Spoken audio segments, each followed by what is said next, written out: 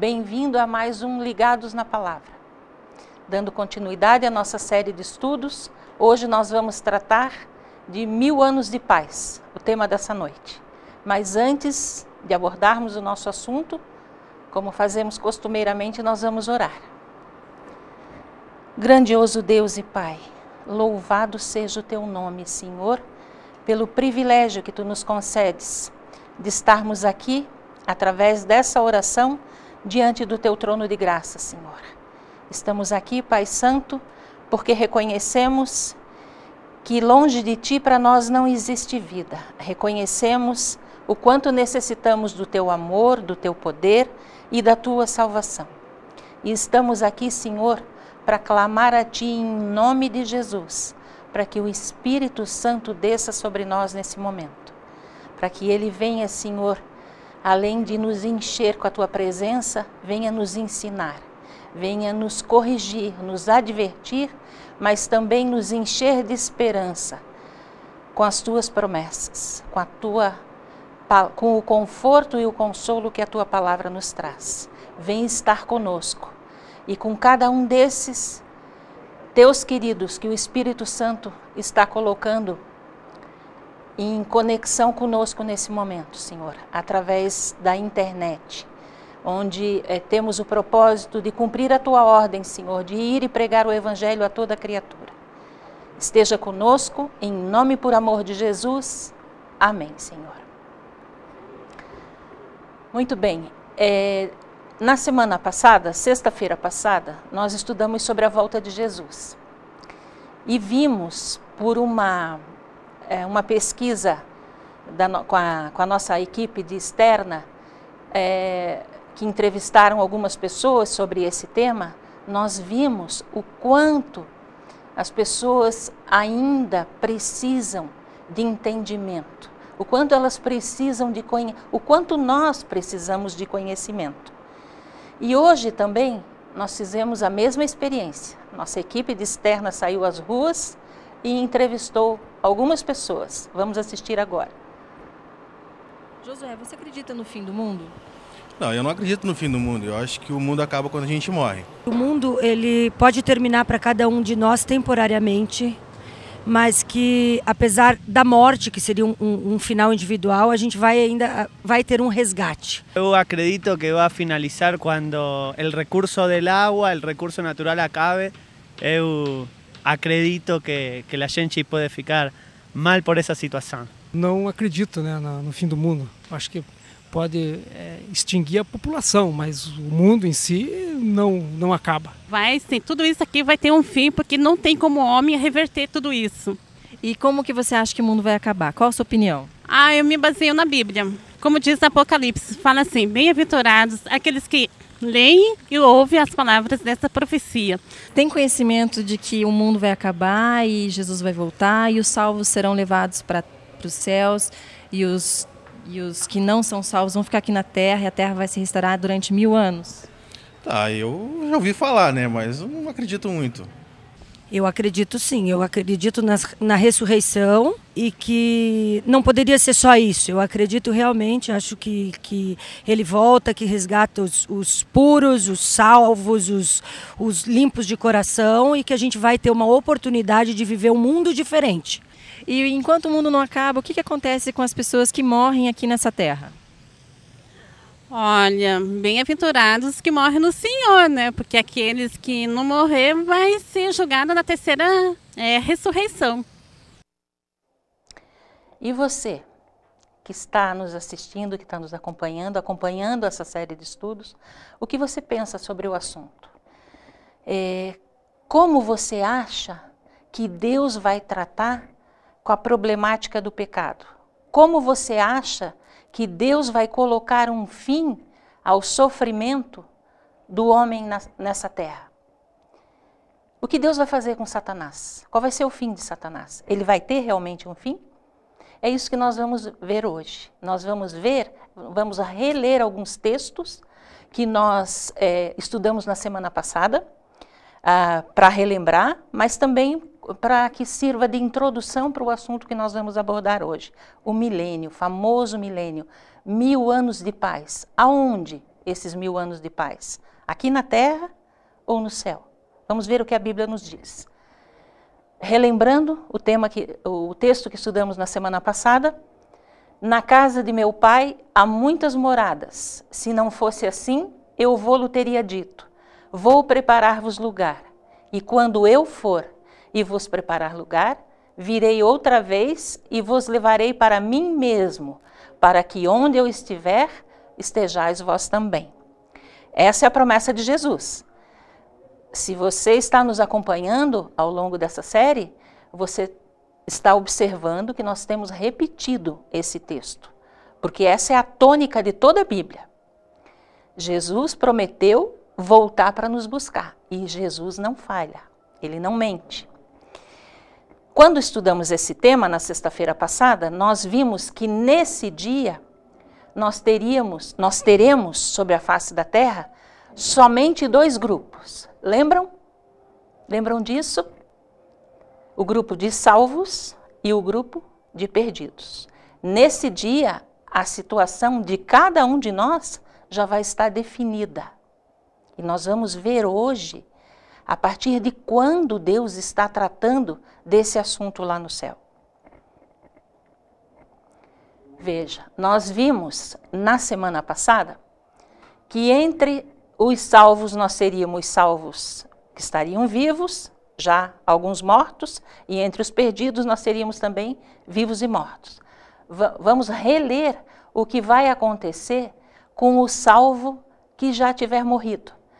1 Tessalonicenses 4,16 nos diz o seguinte: porque o mesmo Senhor descerá do céu com alarido e com voz de arcanjo e com a trombeta de Deus, e os que morreram em Cristo ressuscitarão primeiro. Então, a Bíblia nos diz o seguinte, que os mortos em Cristo vão ressuscitar primeiro, fundamentando a nossa crença de que quando um querido nosso é levado à sepultura, a situação dele, a situação eterna dele já está definida. Como vai estar a nossa também se nós viermos a morrer antes de Jesus voltar? E aqui a Bíblia nos diz, a Bíblia nos traz mais um ensinamento. Aqui é nos dito que esses que morreram em Cristo, ou seja, que morreram salvos porque viveram com Cristo, ressuscitarão primeiro. Então, se nós vamos ter uma primeira ressurreição, é porque a Bíblia nos ensina, está nos ensinando, nos mostrando que haverá uma outra ressurreição.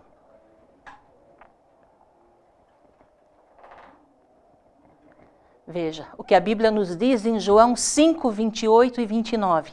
Olha que texto precioso esse.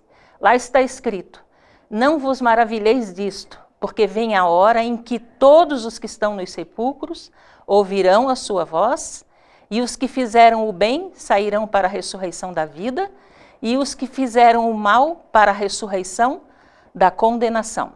Veja só, a Bíblia está me dizendo o seguinte aqui. Veja olha que revelação da palavra de Deus. Aqui é nos dito que todos os que estão na sepultura sairão um dia. O que você pensa sobre o estado dos mortos? O que você pensa sobre a vida após a morte? Em que condição estão as pessoas que já morreram hoje? A Bíblia nos diz que a ressurreição, os que ressuscitarem sairão da sepultura. E diz mais ainda que haverá 2 ressurreições. Uma ressurreição da vida e outra ressurreição da condenação. Então, os que ressuscitaram, os que morreram em Cristo, vão ressuscitar para receber vida eterna. E os que morreram e os que morrerem sem salvação, a Bíblia nos diz que vão ressuscitar para a ressurreição do juízo, para a condenação. Veja, uma coisa que nós temos que destacar. Quando nós falamos em juízo, em julgamento, a gente percebe assim uma certa intranquilidade entre as pessoas, mas a Bíblia nos mostra claramente que o juízo só é terrível para o perdido. Juízo para o salvo é recompensa, é vida eterna com Jesus, com os anjos lá no céu.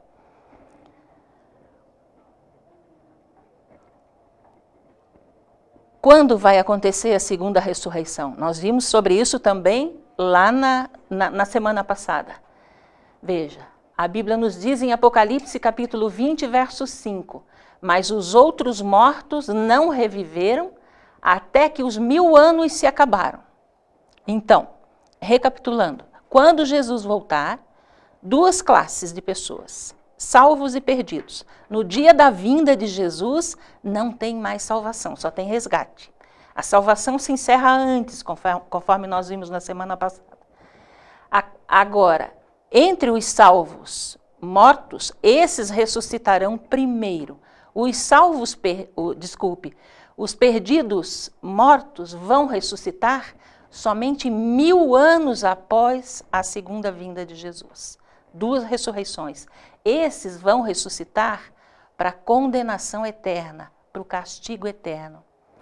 Veja só, há diferença entre as 2 ressurreições, porque na primeira ressurreição, os que ressuscitarem vão ressuscitar já transformados, já revestidos de uma natureza incorruptível, uma natureza que não tem mais inclinação para o pecado e, como consequência disso, essa transformação vai ser externa também, vai ser exterior. Ninguém vai ressuscitar de óculos, ninguém vai ressuscitar com qualquer deficiência física ou com qualquer problema de saúde. Os que ressuscitarem, os que participarem da primeira ressurreição, ressuscitam com todo o vigor, com toda a saúde, com toda a plenitude, da mesma forma como Adão e Eva foram criados por Deus, lá no começo. Agora, esses aqui ressuscitam da mesma forma que desceram à sepultura. Com os mesmos problemas de saúde, vão retomar o mesmo fio de pensamento. Então, eu imagino que aqui, pelo que a Bíblia nos diz, vai ser um espetáculo de horror. Enquanto, lembram do nosso tema da semana passada? O maior espetáculo da terra, a segunda vinda de Jesus. Então, diante da segunda vinda, a primeira ressurreição vai ser alguma coisa extremamente comovente, alguma coisa tão extraordinária que nós nem conseguimos alcançar, em termos de beleza, de som, de poder, de restauração, e aqui, 1000 anos depois, completamente diferente. Completamente diferente a realidade dos que ressuscitarem. Por isso a Bíblia diz, e nós vamos ler daqui a pouco, bem-aventurado e santo, como uma amiga nossa, que foi entrevistada pela equipe de externa, citou esse versículo, bem-aventurado e santo, aquele que participar da primeira ressurreição. Porque sobre esses, a segunda morte, ou seja, o castigo eterno, não tem poder. Veja, recapitulando ainda e introduzindo o tema que nós vamos discorrendo, aqui em 2 Tessalonicenses, capítulo 2, verso 8, nós começamos a tratar do que acontece com o perdido que estiver vivo. O perdido que estava morto, continua morto, vai continuar assim por mais 1000 anos. O perdido que está vivo, qual vai ser a situação, qual a reação dele diante de Deus, de Jesus nas nuvens? A Bíblia nos diz, e então será revelado o iníquo, a quem o Senhor Jesus matará com o sopro de sua boca e destruirá pela manifestação da sua vinda. Veja, Jesus não vem para matar ninguém, ele não vem para exterminar. Ele vem para salvar, mas infelizmente, aqueles que, apesar dos insistentes chamados, apesar das constantes oportunidades que Deus tem criado na vida de cada um de nós, para que nós nos voltemos para Ele, apesar disso, aqueles que não aceitaram, não quiseram, postergaram, esses infelizmente ainda terão o pecado dentro de si, porque não conviveram com Cristo o suficiente para que o seu caráter fosse transformado. E como eles ainda têm o pecado dentro de si, eles não resistirão na presença de Jesus. O fato de nós não vermos a Deus hoje é até um ato de misericórdia de Deus. Porque se nós víssemos em função da nossa pecaminosidade, nós seríamos fulminados. Vamos continuando. E aí, o que é que vai acontecer com todos os salvos quando Jesus voltar? Dentro daquela classificação, aqueles dois grupos, salvos e perdidos. Os salvos vivos são transformados, os salvos mortos ressuscitados, e aí, olha o que diz 1 Tessalonicenses 4, versos 16 a 17. Lá está escrito: depois nós, os que ficarmos vivos, seremos arrebatados juntamente com eles nas nuvens, a encontrar o Senhor nos ares, e assim estaremos para sempre com o Senhor. Veja só, eu não sei se você percebeu o que vai acontecer com o salvo, independente de estar vivo ou morto. Nós vimos que o salvo morto ressuscita, o salvo vivo é transformado e os dois grupos sobem juntos. A recompensa, preste bem atenção nisso, a recompensa Deus vai dar para todos ao mesmo tempo. Ninguém vai preceder a alguém no céu. Se você quiser ler sobre isso, você pode ler 1 Tessalonicenses 4,15. Mas outro ponto que eu queria chamar a atenção é que os que viveram nesse mundo, pelos padrões do céu, olhando para o alto, serão levados para o alto. Serão levados para o céu, porque essa é a promessa de Jesus. Agora, os que viveram nesse mundo, priorizando as coisas desse mundo, ficarão nesse mundo. Mas de que forma? Mortos. Os perdidos vivos são fulminados. Os perdidos mortos continuam mortos. Só 1000 anos depois serão ressuscitados para receber a recompensa. Então veja, isso embasa mais ainda a nossa crença de que a única pessoa que pode me tirar do céu sou eu mesma. Depende das escolhas, das decisões, das prioridades que eu tenha. Se a minha prioridade for viver nesse mundo, mas pelos padrões do céu, é para lá que pelo poder de Deus eu irei. Agora, se eu optar por esse mundo aqui, é aqui mesmo que eu vou ficar. Mas numa condição em que não vai haver mais mudança, não vai haver mais alteração. Algumas pessoas dizem assim, mas então, quando a gente faz esse estudo, que é o estudo dos 1000 anos, o estudo do milênio, que nós encontramos lá no capítulo 20 do Apocalipse, algumas pessoas dizem assim, mas então nós não vamos ter uma segunda oportunidade? Veja bem, quantas oportunidades Deus tem criado na tua vida? Quanto Deus tem chamado a tua atenção? Atenção no sentido de você se voltar para Ele. Deus usa de todos os instrumentos, de todos os recursos para a nossa salvação. E Ele diz assim, quem quiser viver a vida, perdê-la-á. Você quer viver essa vida aqui? Então você vai ter só essa aqui. A outra é para quem sonha grande, sonha alto, pensa alto. É para quem sonha com o reino de Deus, sonha em ver Jesus face a face, sonha em estar com Ele pela eternidade sem fim. Continuando o nosso estudo, nós vamos ler agora o que está lá em Apocalipse 20, verso 4. Veja bem, quando Jesus voltar, os salvos serão levados, os perdidos ficarão, todos mortos.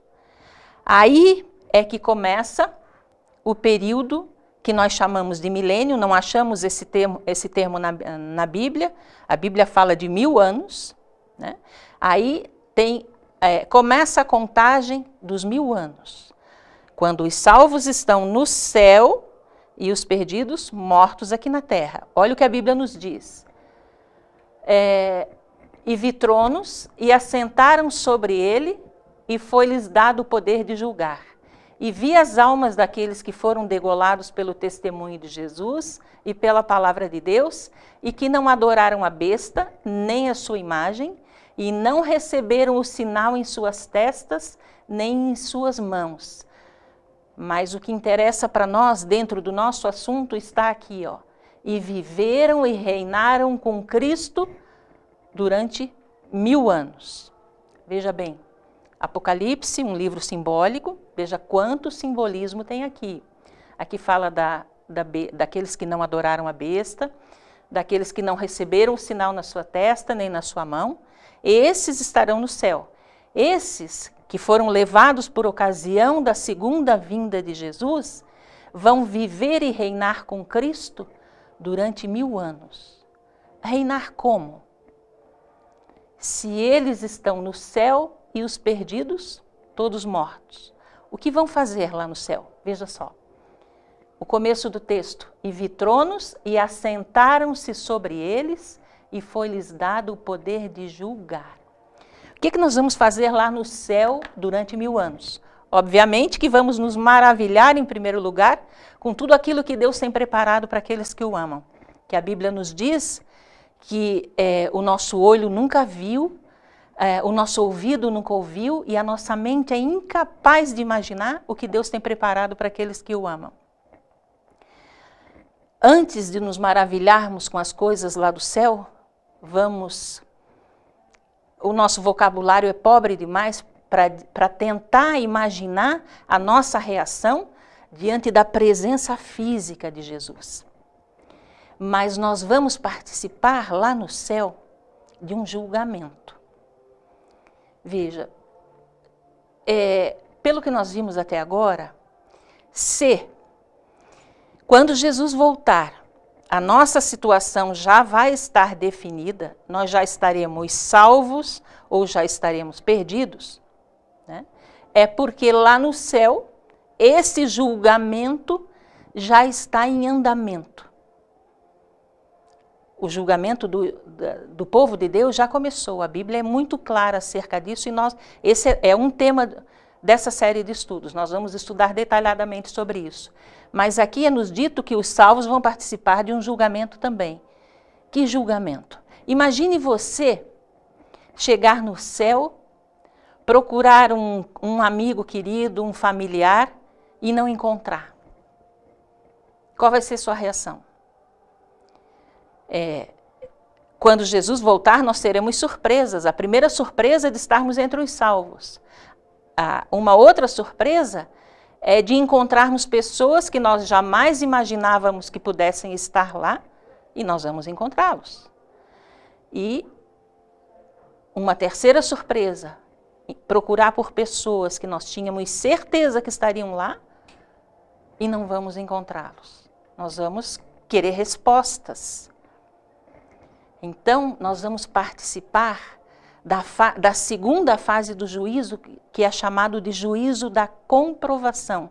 Essa fase do juízo não é para estabelecer quem vai estar salvo, quem vai estar perdido. Isso Jesus já está fazendo lá no céu, nesse exato momento. Ele sabe quem são os salvos, quem são os perdidos.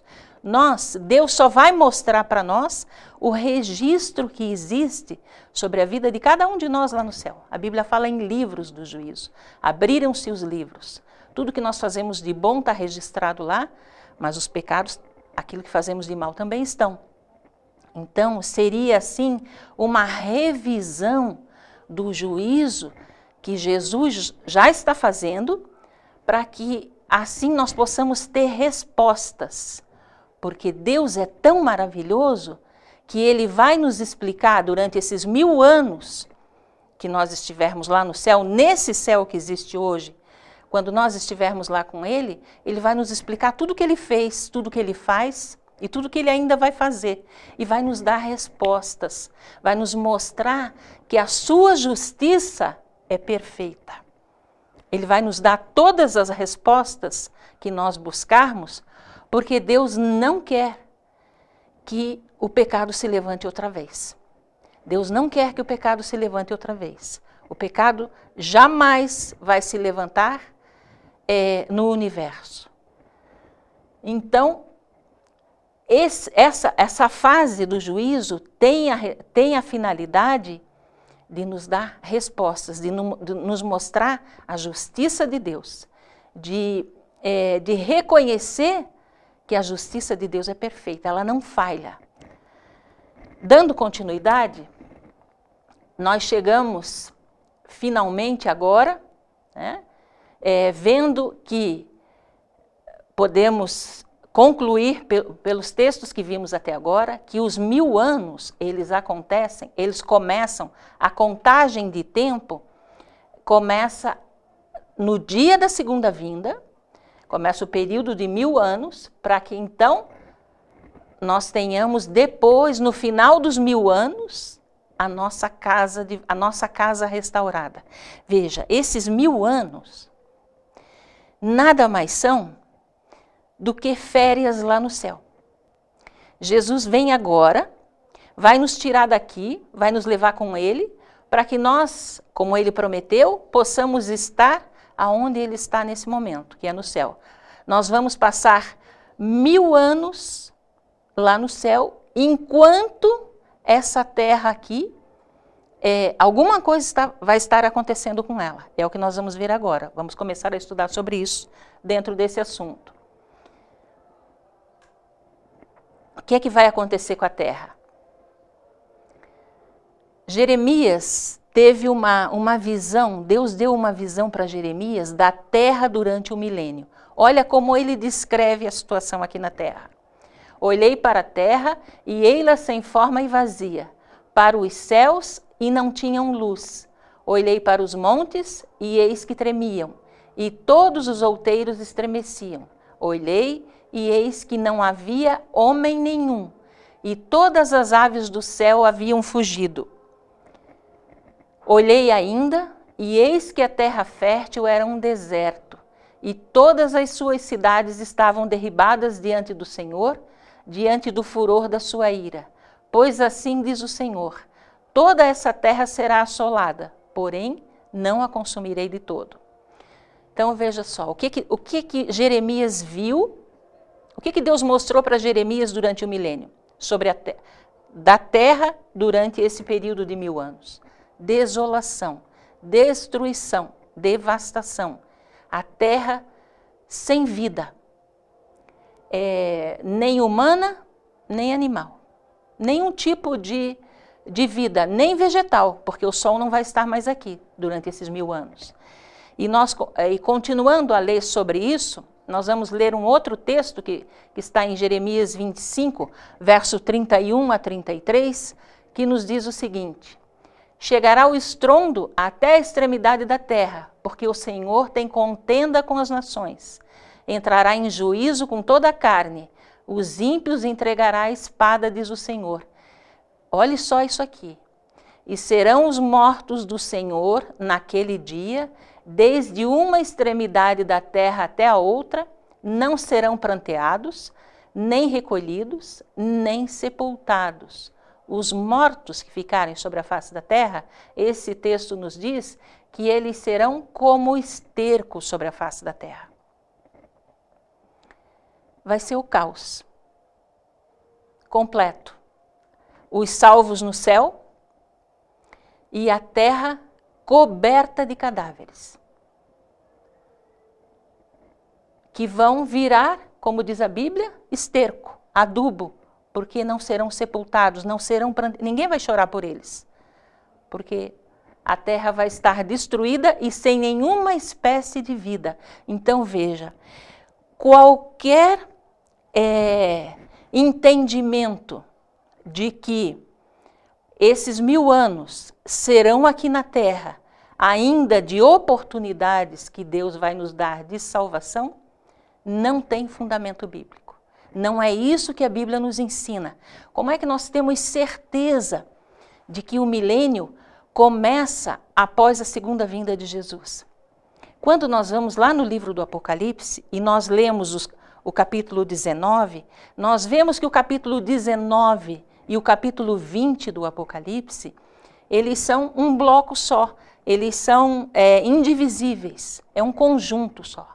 E ali no capítulo 19, Deus começa falando da segunda vinda, e ele dá continuidade no capítulo 20, falando do período de 1000 anos, que nós estaremos com ele lá no céu, passando férias lá no céu, com esse Deus maravilhoso, que nos ama tanto, que até morreu por nós, que nos ama tanto, que o único objetivo que ele tem, a única prioridade dele, é que eu viva bem.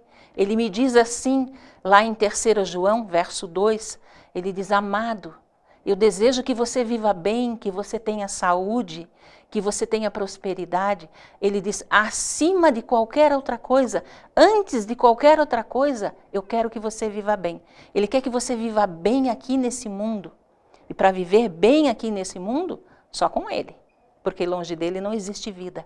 Se você viver nesse mundo com ele, quando ele voltar, você vai estar com ele também. Essa é a nossa esperança, porque essa é a promessa. E foi para isso que Jesus morreu na cruz do Calvário, para abrir a porta do céu, para abrir a porta da eternidade para cada um de nós.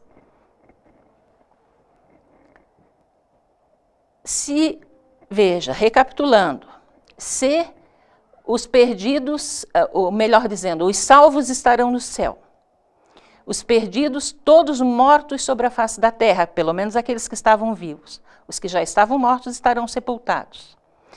A terra em estado caótico, desolada, assolada, vazia. Qual vai ser a condição de Satanás durante o milênio? Olha o que a Bíblia nos diz no capítulo 20 do Apocalipse. Lá no verso 1 diz assim: e vi descer do céu um anjo que tinha a chave do abismo e uma grande cadeia na sua mão. Continuando, João escreve que esse anjo prendeu o dragão. Quem é o dragão? A antiga serpente, que é o diabo e Satanás, e amarrou-o por 1000 anos, e lançou-o no abismo, e ali o encerrou, e pôs selo sobre ele, para que não mais engane as nações, até que os 1000 anos se acabem, e depois importa que seja solto por um pouco de tempo. Quanta informação nós temos aqui. Veja, João, quando teve a visão do Apocalipse, Deus mostrou para ele um anjo descendo do céu com uma corrente imensa nas mãos, uma corrente muito forte, para prender Satanás. Ele prendeu o dragão. Quem é o dragão? Veja como a Bíblia se explica por si mesmo.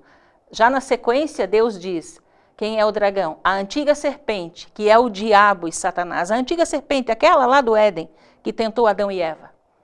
E amarrou-o por 1000 anos. E lançou-o no abismo, e ali o encerrou. E pôs selo sobre ele, para que ele não atormentasse mais as nações.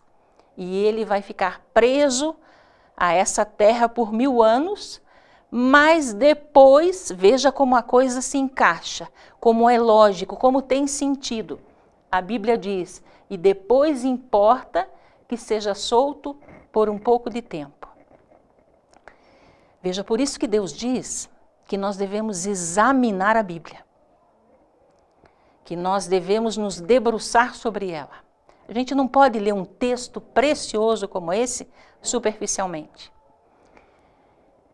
Como é que Satanás... Por que Satanás vai estar preso? Será que existe alguma corrente nesse mundo que possa prender Satanás, possa aprisionar? Tem alguma cela, alguma prisão de segurança máxima que possa aprisionar Satanás? Sendo que ele conserva até hoje todos os poderes que Deus deu? Aqui nos diz, nós vimos até agora, os salvos, há salvo no céu, os perdidos, mortos na terra. A prisão de Satanás, por esse contexto, ela é circunstancial. Ele vai ficar preso, restrito ao planeta Terra, sem ter o que fazer. Ele não tem a quem atormentar. Ele não vai ter a quem tentar, que é a especialidade dele, né? Por quê? não existe vida mais na terra. Só que, olha só, a Bíblia diz, depois ele vai ficar preso por 1000 anos, enquanto os salvos estão no céu, os perdidos estão mortos, mas depois ele vai ser solto por um pouco de tempo. O que vai acontecer?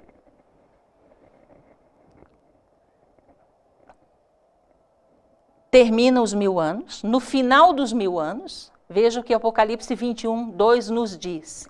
E eu, João, vi a santa cidade, a nova Jerusalém, que de Deus descia do céu, adereçada como uma esposa ataviada para o seu marido.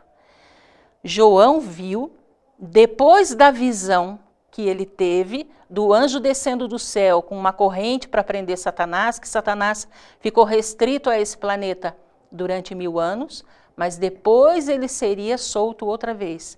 O que provocou a soltura de Satanás? Por que ele ficou livre outra vez? João vê na sequência descendo a Nova Jerusalém. Sabe o que é a Nova Jerusalém? É a nossa pátria celestial. É o lugar, é o país que Deus está preparando para nós há cerca de 6.000 anos. Pare para pensar um pouquinho. Se essa terra aqui ainda conserva beleza, após 6.000 anos de pecado, e Deus a criou em 6 dias, veja, essa terra foi criada em 6 dias e suporta 6.000 anos de pecado ainda com beleza. Imagine o que vai ser o lugar que Deus está. Lá em Hebreus, a Bíblia nos diz que o arquiteto e construtor dessa cidade, desse país, é o próprio Deus. Imagine o que Deus tem reservado para você e para mim, lá na Nova Jerusalém. Nós vamos estudar mais sobre isso. Lá na frente nós vamos estudar especificamente sobre a Nova Jerusalém. Veja, por que termina a prisão de Satanás? Olha o que o Apocalipse capítulo 20, verso 8 nos diz. Quando, porém, se completarem os 1000 anos, Satanás será solto da sua prisão e sairá a seduzir. Veja, ele vai continuar agora a obra dele. Ele sairá a seduzir as nações que há sobre os 4 cantos da terra, Gog e Magog, a fim de reuni-las para a peleja. Olha que triste isso aqui. O número dessas é como a areia do mar. Comentando esse texto, veja, algumas coisas nós precisamos destacar. No final dos 1000 anos, esses 1000 anos que começam exatamente no dia em que Jesus voltar a essa terra para nos buscar, começa a contagem de tempo dos 1000 anos. No final dos 1000 anos, assim como Jesus veio a segunda vez, ele vai vir a terceira vez com os anjos, com os salvos, e logo em seguida desce a Nova Jerusalém. Nesse momento, Satanás é solto da prisão. Raciocina comigo.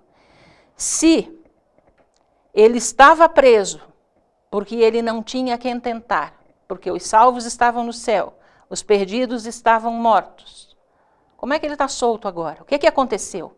Lembra lá no comecinho do estudo de hoje, que nós vimos lá em João 5, 28 e 29, que a Bíblia fala de 2 grandes ressurreições? Pois é, aqui acontece a segunda ressurreição. Por isso que Satanás está solto outra vez. Ele agora tem a quem seduzir. Ele tem agora de novo a quem enganar. Quem? Quem que ele vai enganar? Gog e Magog.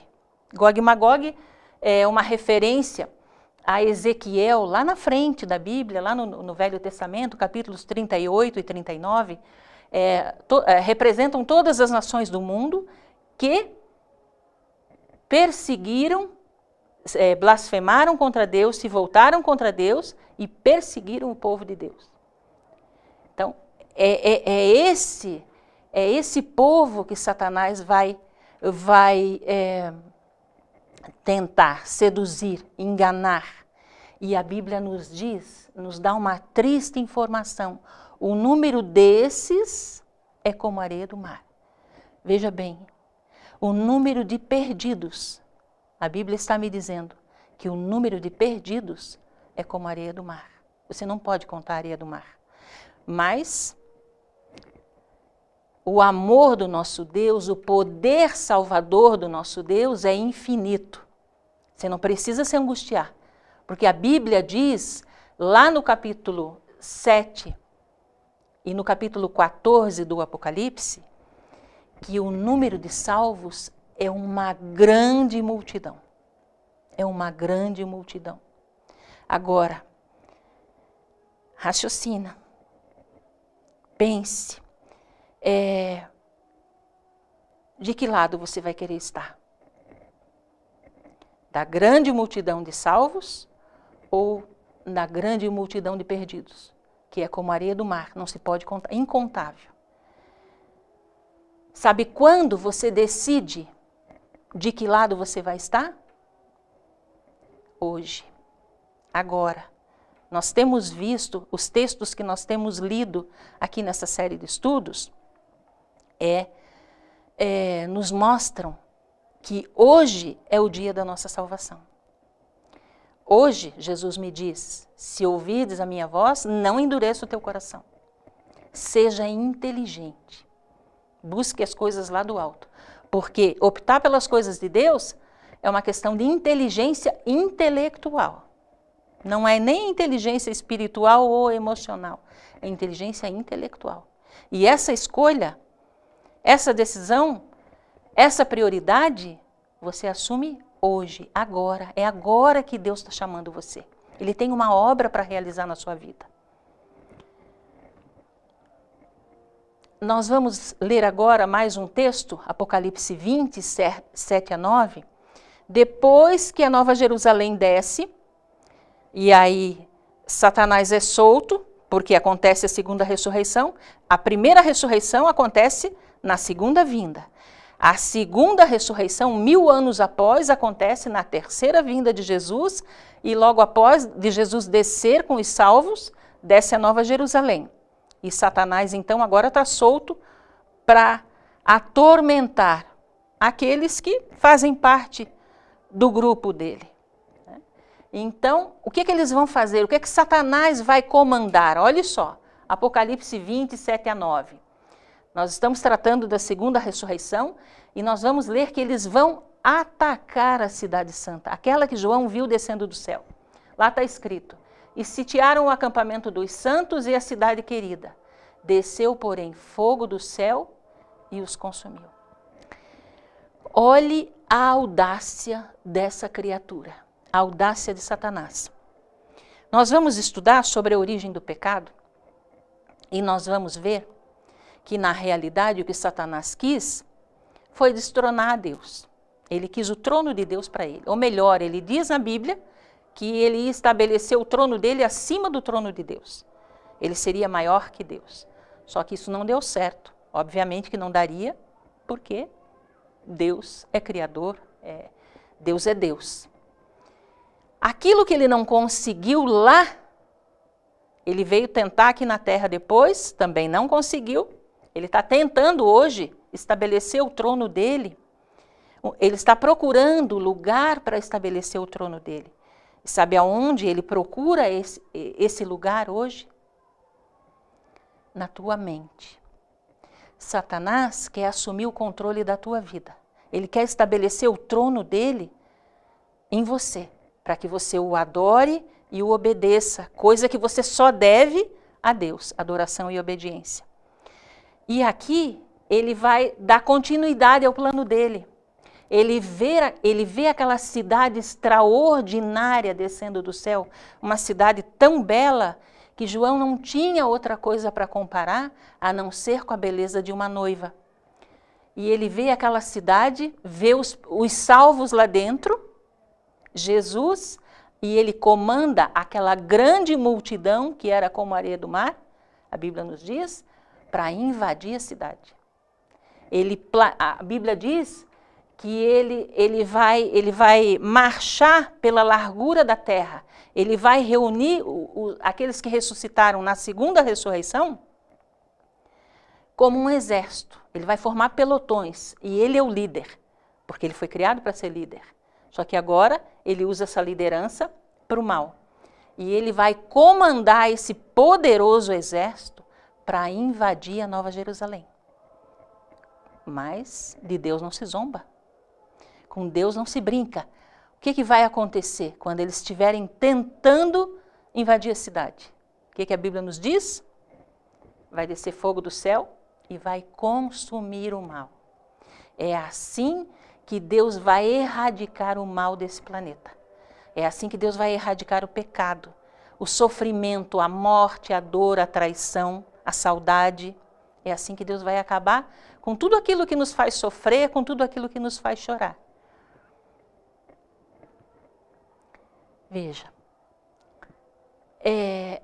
a Bíblia fala sobre inferno, a Bíblia fala sobre fogo eterno. O que você pensa sobre isso? Nós vamos, na próxima sexta-feira, do dia 16 de maio, nós vamos tratar mais detalhadamente desses assuntos.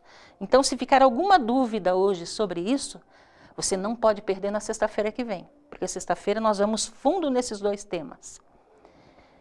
A Bíblia nos diz em Apocalipse 20:10, e o diabo que os enganava, que liderava aquela multidão de perdidos, que o número deles era tão grande que não se podia contar, lá está escrito, o diabo que os enganava foi lançado no lago de fogo e enxofre, onde estão a besta, o falso profeta, e de dia e de noite serão atormentados para todo sempre.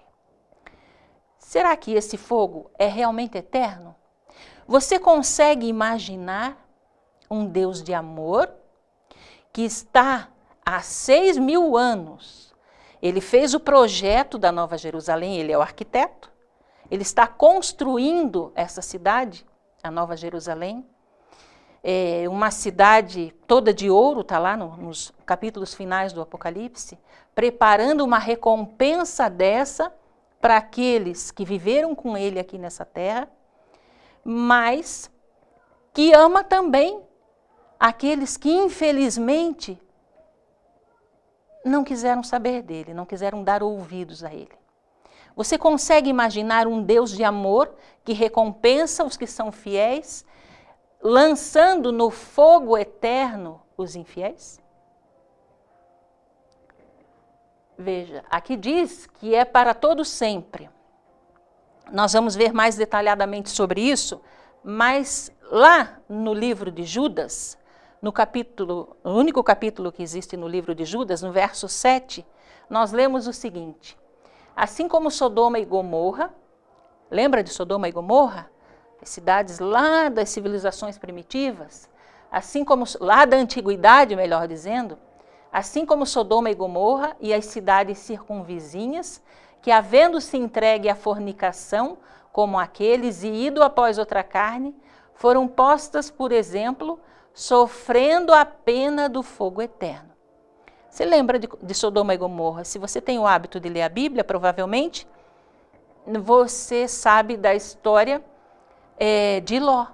Ló, as filhas de Ló, a mulher de Ló, moravam em Sodoma e Gomorra.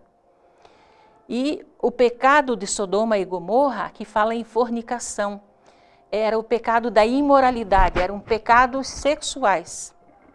Então, Deus precisou destruir a cidade, porque eles não se arrependiam, eles não abandonavam o pecado, e Deus precisou destruir a cidade.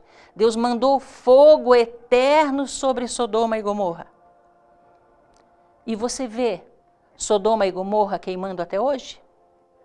Ou elas queimaram enquanto tinham que queimar e depois deixaram de existir? Vamos ler mais um texto.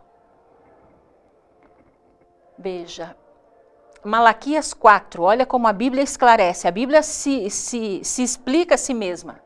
Malaquias 4, verso 1 e 3, Deus nos diz assim: porque eis que aquele dia vem ardendo como fornalha, todos os soberbos e todos os que cometem impiedade serão como palha, e o dia que está para vir os abrasará, diz o Senhor dos Exércitos, de sorte que lhes não deixará nem raiz nem ramo. Raiz e ramo do quê? Do mal. Deus vai exterminar a raiz do mal, que é Satanás, e os ramos do mal, que são os seguidores dele, são aqueles que não priorizam as coisas de Deus, que não priorizam o amor de Deus. E a Bíblia continua: e pisareis os ímpios, porque se farão cinza debaixo das plantas de vossos pés, naquele dia que estou preparando, diz o Senhor dos Exércitos. Veja bem, os perdidos, eles vão queimar enquanto tiver o que queimar.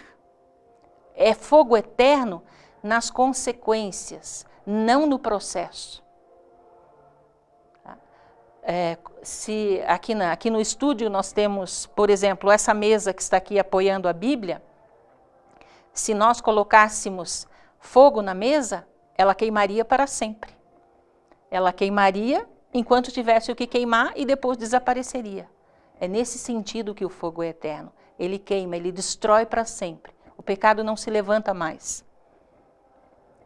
Veja, toda a terra vai ser purificada pelo fogo.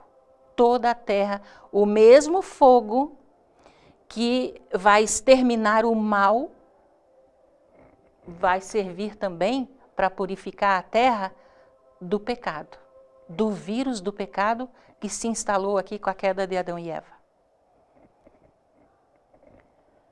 E aí, a essa altura, nós teremos a terceira fase do juízo, o juízo executivo. Nós estamos tendo hoje lá no céu, está em andamento o juízo investigativo. Nós vamos estudar mais sobre isso. Lá no céu está acontecendo um inquérito sobre a nossa vida. Quando Jesus voltar, ele leva os salvos com ele e eles vão participar do julgamento também. A segunda fase, juízo da comprovação, vai ser uma revisão de tudo aquilo que foi decidido lá no céu. Não para decidir, para mudar ou alterar alguma coisa, não, já está definido. Mas para satisfazer a nossa necessidade de resposta, de explicação, Deus vai nos dar explicações para que a gente possa entender que a justiça dele é perfeita. Agora, 1000 anos depois, desce a Nova Jerusalém, acontece a segunda ressurreição, e aí Satanás comanda esse grupo de perdidos, uma grande multidão, para invadir a Nova Jerusalém. Quando estiverem tentando invadir, cai fogo do céu sobre eles. E a Bíblia nos diz assim, Apocalipse 20, 14 e 15. Tem mais ensinamento aqui, olhe que interessante. Então a morte e o inferno foram lançados para dentro do lago de fogo. Esta é a segunda morte. E se alguém não foi achado inscrito no livro da vida, esse foi lançado para dentro do lago de fogo. Veja, você ainda tem alguma dúvida de que o tempo é agora? De que essa é a nossa chance ao longo da nossa vida? A Bíblia é muito clara. Aqui a Bíblia está dizendo, veja só que interessante, que a morte e o inferno foram lançados dentro do lago de fogo e enxofre. O que você pensa sobre o inferno? Mas o inferno não é um lago de fogo e enxofre? Onde estão lá os demônios com tridentes espetando as pessoas que são lançadas lá? Agora já? Não perca na sexta-feira que vem, dia 16, nós vamos estudar sobre isso. A Bíblia diz que essa aqui, o lançar dentro do lago de fogo e enxofre, é a segunda morte. É assim que Deus vai erradicar o pecado. Vai erradicar Satanás e os perdidos. Agora, veja, o último a morrer vai ser Satanás. Ele é o autor do pecado. Deus nos considera vítimas do pecado. E aqui diz que quem vai estar lá dentro do lago de fogo e enxofre é aquele que não tem o seu nome inscrito no livro da vida do Cordeiro. Você já tem seu nome inscrito no livro da vida do Cordeiro?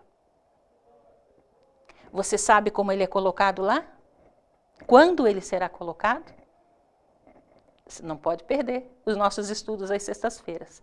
Cada sexta-feira, um tema da Bíblia. E quanto mais nós avançarmos, mais nós vamos nos aprofundando. Mais Deus vai abrindo a nossa mente, a nossa compreensão. E mais maravilhados nós vamos ficando com o poder de Deus na nossa vida. Com o amor que Ele tem por nós. Veja, 2 Coríntios 5:10, só para não deixar dúvidas, olha o que a Bíblia nos diz sobre o juízo. Porque todos devemos comparecer ante o tribunal de Cristo, para que cada um receba segundo o que tiver feito, por meio do corpo, ou bem ou mal. Quantos vão ser julgados? Todos. Todos, indistintamente. Todos nós passaremos pelo juízo, pelo tribunal de Deus. E aqui, Apocalipse 11:15, nos mostra como ao longo de toda a Bíblia nós temos essa compreensão. Nós já vimos isso quando nós estudamos sobre os sinais da volta de Jesus e comentamos rapidamente sobre Daniel 2, a estátua de Daniel 2. Nós vimos que uma pedra bateria nos pés da estátua. E essa pedra, você recorda? Ela lembrava, ou melhor dizendo, ela simbolizava, ela representava o estabelecimento do reino de Deus aqui nesse mundo. Agora, os salvos a salvos não mais no céu que existe hoje. Tem surpresa aí, olha só o que Deus tem preparado para nós. Não mais nesse céu que existe hoje, mas agora dentro da Nova Jerusalém. Os perdidos exterminados. Pecado e pecadores para sempre banidos desse planeta. E aí, olha o que Apocalipse 11:15 nos diz. Os reinos do mundo vieram a ser de nosso Senhor e do seu Cristo, e Ele reinará para todo sempre. O que é que você diz? Você diz amém? Você anseia pela vinda do reino de Cristo a essa terra? Então, quando é que começa o preparo? Quando é que eu tenho que tratar do meu futuro eterno? Quando é que eu tenho que começar a investir nas coisas de Deus? É agora, é hoje. Porque é hoje que Ele está te chamando. Você e a mim, e a cada um de nós que estamos aqui nesse estúdio, a cada um dos queridos, carinhosamente trazidos pelo Espírito Santo para assistirem esse estudo através da internet. E aí começa a eternidade. Veja, resumindo, Jesus volta, leva os salvos com ele, os perdidos todos morrem, 1000 anos depois, Jesus volta para dar a recompensa do perdido, desce a Nova Jerusalém e os perdidos são exterminados, e aí então o reino de Cristo, o reino de Deus é estabelecido nesse mundo, e aí começa a eternidade. O que nós vivemos os 1000 anos no céu é para participar de todo esse processo, nesse céu que existe hoje. Aí começa a eternidade aqui nessa terra. Em que condição? Veja só. E morador nenhum dirá, enfermo estou, porque o povo que habitar nela será absolvido da sua iniquidade, ou seja, do seu pecado. Isaías 33:24. E olha a promessa. E Deus limpará de seus olhos toda lágrima, e não haverá mais morte, nem pranto, nem clamor, nem dor, porque as primeiras coisas são passadas. Você que tem chorado, você que tem sofrido, que tem se decepcionado, que tem muitas vezes clamado a Deus por justiça, clamado a Deus por misericórdia. Quando a Nova Jerusalém descer nessa terra e Jesus nos convidar para entrar, para recebermos finalmente a nossa herança, nunca mais você vai chorar. Nunca mais você vai sofrer.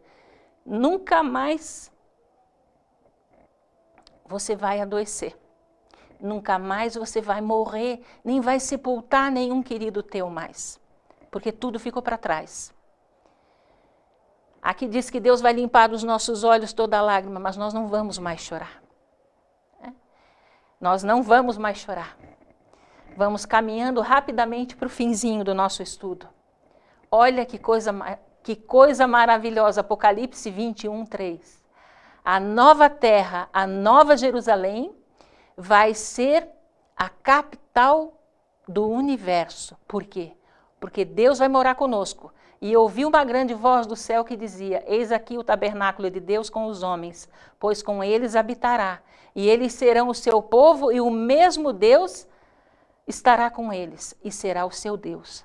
Nós seremos, como já somos, aqui nesse mundo, os que fizerem parte do povo de Deus aqui nesse mundo, farão parte do povo de Deus lá nesse céu que existe hoje, e depois na eternidade também, na Nova Jerusalém.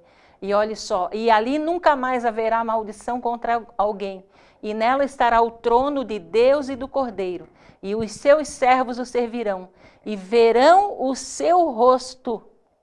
Nós veremos a Deus face a face, e nas suas testas estará o seu nome, ou seja, o caráter de Deus foi reproduzido na mente de cada salvo. E ali não haverá mais noite, e não necessitarão de lâmpada nem de luz do sol, porque o Senhor Deus os ilumina, e reinarão para todo sempre. E então dirá o rei aos que estiverem à sua direita: vinde benditos de meu Pai, possuí por herança o reino que vos está preparado desde a fundação do mundo. Olhe só que Deus de amor que nós temos. Muito antes de você ser gerado, de você ser gestado, Deus já tinha esse plano para a tua vida e para a minha vida também. Deus já tinha essa alternativa para o pecado. Desde antes da criação do planeta Terra, Deus decidiu que se o homem viesse a pecar, ele morreria para nos reconciliar com ele. E foi o que ele fez. Agora, só depende de nós. Só depende de você e de mim. Veja, nós entendemos, não vai haver segunda chance. A oportunidade de salvação é agora. Que lado você escolhe? Nova Jerusalém ou Lago de Fogo e Enxofre? Dizendo assim, é óbvio que nós escolhemos a Nova Jerusalém. Mas que espaço você vai dar para Deus na sua vida? Deixe Deus ser Deus, para que quando Ele estabeleceu o reino dEle aqui nesse mundo, você possa ser um cidadão desse reino. Que Deus te abençoe, que Deus te conduza em triunfo, para que naquele dia, cada um de nós, assistindo pela internet ou aqui no estúdio, possamos fazer parte desse reino maravilhoso e eterno, onde a nossa felicidade vai ser constante e crescente. Vamos orar. Pai amado, Deus bendito, que o teu nome seja louvado, Senhor, por tudo que tu és. Que o teu nome seja louvado, Pai amado, por tudo que tu tens feito na nossa vida, Senhor, por tudo que tu estás fazendo, visando única e exclusivamente a nossa felicidade e a nossa salvação. Pai Santo, tem misericórdia de nós, Senhor. Perdoa os nossos pecados. Nos dá cada vez mais amor por Ti, fé, confiança no Teu poder e vontade, Senhor, de fazer a Tua vontade. Pai amado, Pai querido, estende a Tua mão poderosa sobre nós. Que cada um de nós que estamos aqui, diante do Teu trono de graça, em oração, possamos sentir nesse momento o Teu abraço, o aconchego do Teu Santo Espírito, o Teu poder e o Teu amor. Continua, Senhor, não desiste de nós, Senhor, e não permita, Pai Santo, que nada nem ninguém nos afaste de Ti. Nos traz cada vez para mais perto. Pai Santo, toma posse da nossa vida. É o que nós te pedimos, Senhor. Permanece conosco, com a Tua presença santa, consoladora, confortadora, nos dando a Tua paz e nos dando poder, Senhor, para vencermos as nossas limitações, para a honra e glória do Teu santo nome e para a nossa salvação. É o que nós te pedimos, Pai querido. Em nome e por amor de Jesus. Amém.